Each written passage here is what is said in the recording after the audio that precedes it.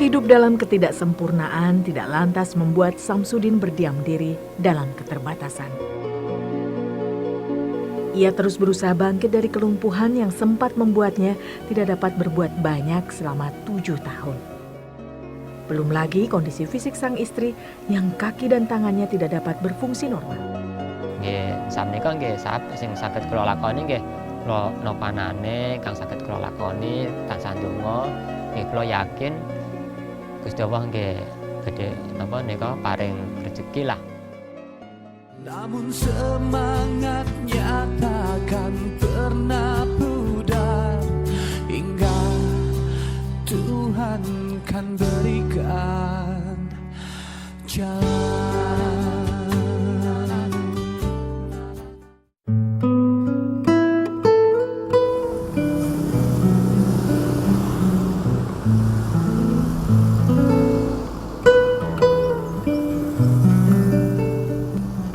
Tumbas, tumbas jajan iki.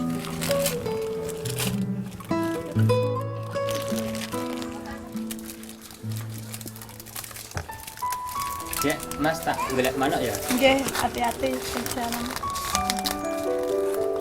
Kini setelah penantian dan perjuangan panjang untuk dapat melangkahkan kakinya, Samsudin terus berusaha memanfaatkan waktunya dengan melakoni beragam pekerjaan.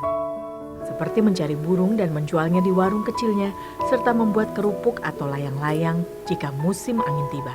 Nggih, menika sadian jajan buka warung cilik-cilikan soalnya modalnya cilik nggih. Kula wastani warung cilik-cilikan ngoten, jajan es. Seolah ia ingin menggantikan saat-saat ia tak dapat berbuat apa-apa akibat kelumpuhan setelah terjatuh dari pohon kelapa 20 tahun yang lalu. Biasanya nak kula mulut manuk damel mulut manuk menika seminggu sekawan dinten biasanya nggih. Senin terus Selasa libur, mungkin Rebo malih kula leti setunggal dinten Mbak. Meski Samsudin harus berjalan dengan tertatih, bukan halangan baginya untuk melakoni pekerjaan yang mengharuskannya menempuh medan yang sulit. Setahun belakangan, Samsudin menekuni pekerjaan dengan mencari burung di lingkungan sekitar tempat ia tinggal. Ia memilih lokasi yang tak jauh dari rumah karena ia telah mengenal medannya dengan baik. Ning kono ketoke kok manuke akeh. Lah niku tak delok tempate sing kira-kira nyaman iso tak liwati iku nggir-nggir ndi ngoten. Dadose mungkin pas dintene kula teng lokasi niku kula mboten kesulitan lah. Burung-burung yang menjadi sasaran Samsudin adalah burung-burung berukuran kecil dan yang berterbangan liar di kebun-kebun atau pepohonan seperti kutilang, perenjak, perkutut, dan trucuan. Untuk dapat menangkap burung-burung incarannya, Samsudin hanya memerlukan bilah-bilah bambu yang telah diberi perekat atau pulut dan seekor burung dalam sangkar. Lah kurungane niku kula templekke teng wit ingkang kula dadoske sasaranipun sing biasane manuk mencrok-mencrok teng mriku. Lah terus menika pring kang sampun wonten lime kula dokok teng dhuwure kurungan, Mbak. Lah terus mungkin nak manuke ngoceh, kancane krungu. Lah biasane menika kancane nika terus goleki kancane niku wau. Jan piye akhire manuk sing ning jaba liar niku nemplek ning pulut.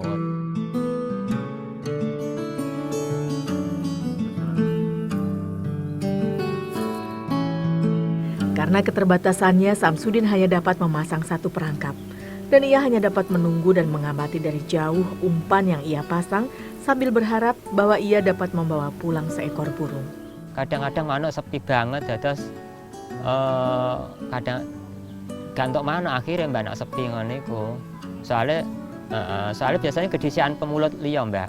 Dadi lokasi sing wis tak tuju, sing wis tak ning-ning jebule ndek wingi wis di ana pemulut liya, dadine ya tempatnya sepi.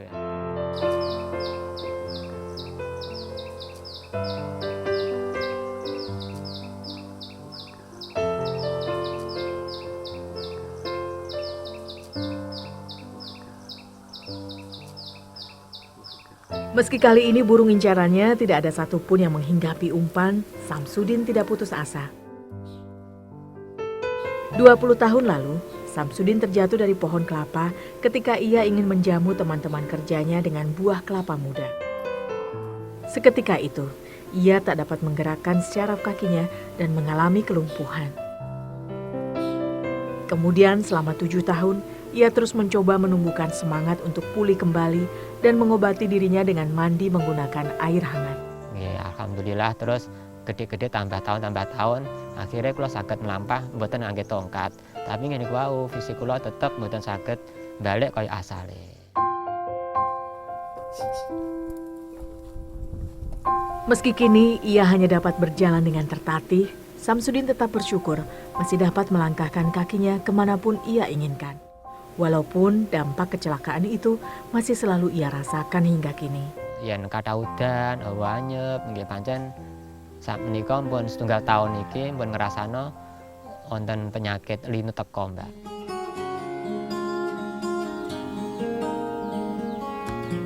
Samsudin tidak ingin waktunya terbuang percuma hanya dengan menunggu. Untuk menambah pundi-pundi rupiah, ia memanfaatkan waktu berharganya dengan membuat sangkar burung. Nggih, yen damel sangkar niku yen gadah wektu luang, Mbak. Nggih, biasanya yen awan istirahat. Samsudin biasanya telah menyicil bahan-bahan yang akan ia perlukan untuk membuat sangkar burung. Karena modal yang terbatas, ia hanya menggunakan bahan yang tidak memerlukan modal besar. Bahan yang diperlukan untuk membuat sangkar adalah bambu dan papan dari kayu mahoni. Kayu mahoni dipergunakan untuk kerangka membuat sangkar, sedangkan bambu berfungsi untuk membuat jeruji. Untuk membuat satu buah sangkar, Samsudin membuat ukuran panjang 30 dan 22 untuk ukuran lebar.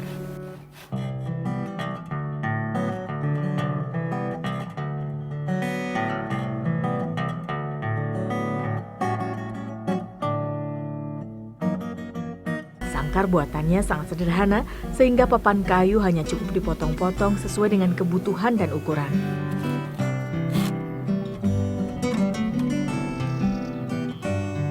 Langkah selanjutnya adalah membuat tanda pada papan kayu yang telah ia potong-potong.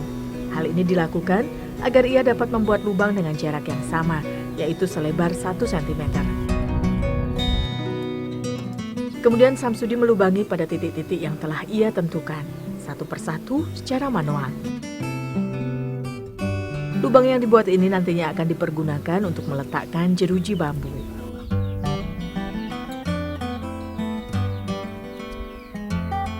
Kula damel kurungan, sadian manuk, golek manuk nggih antawisipun setunggal tahun, Mbak.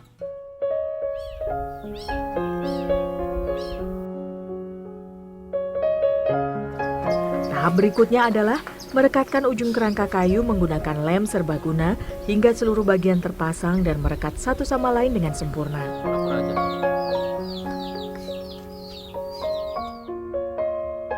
Setelah lem pada bagian kerangka cukup kering, Samsudin kemudian membuat jeruji dari bilah-bilah bambu yang terkadang telah ia persiapkan pada hari sebelumnya. Bilah bambu ia haluskan hingga mencapai ukuran yang cukup untuk dapat dipasang ke dalam lubang-lubang kayu yang telah ia persiapkan.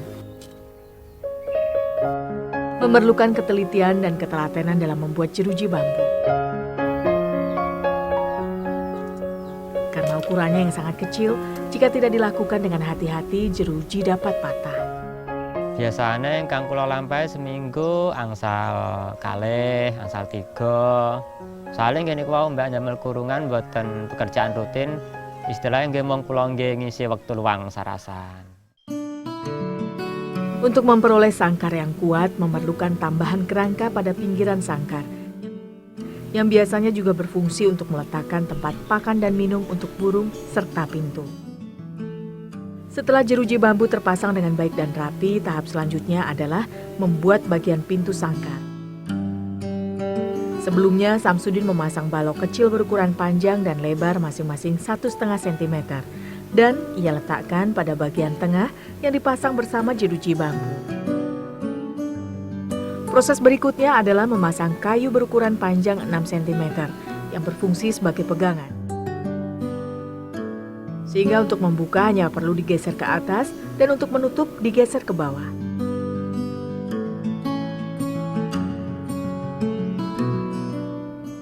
Bagi masyarakat Jawa, memelihara burung juga berarti menyempurnakan prinsip dalam hidup untuk mendapatkan kebahagiaan. Demikian halnya dengan Samsudin yang mencoba memanfaatkan kesempatan dengan usaha kecil-kecilan untuk melengkapi keperluan para penggemar burung di kampungnya. Niki kok nduk apa isine ingkang pados manuk kok kathah terus nembe rame-rame manuk. Akhire nggih tak niku nyobi-nyobi adol manuk, golek manuk kok lancar Mbak. Akhire nggih tak terusno nggih gawean setiap hari.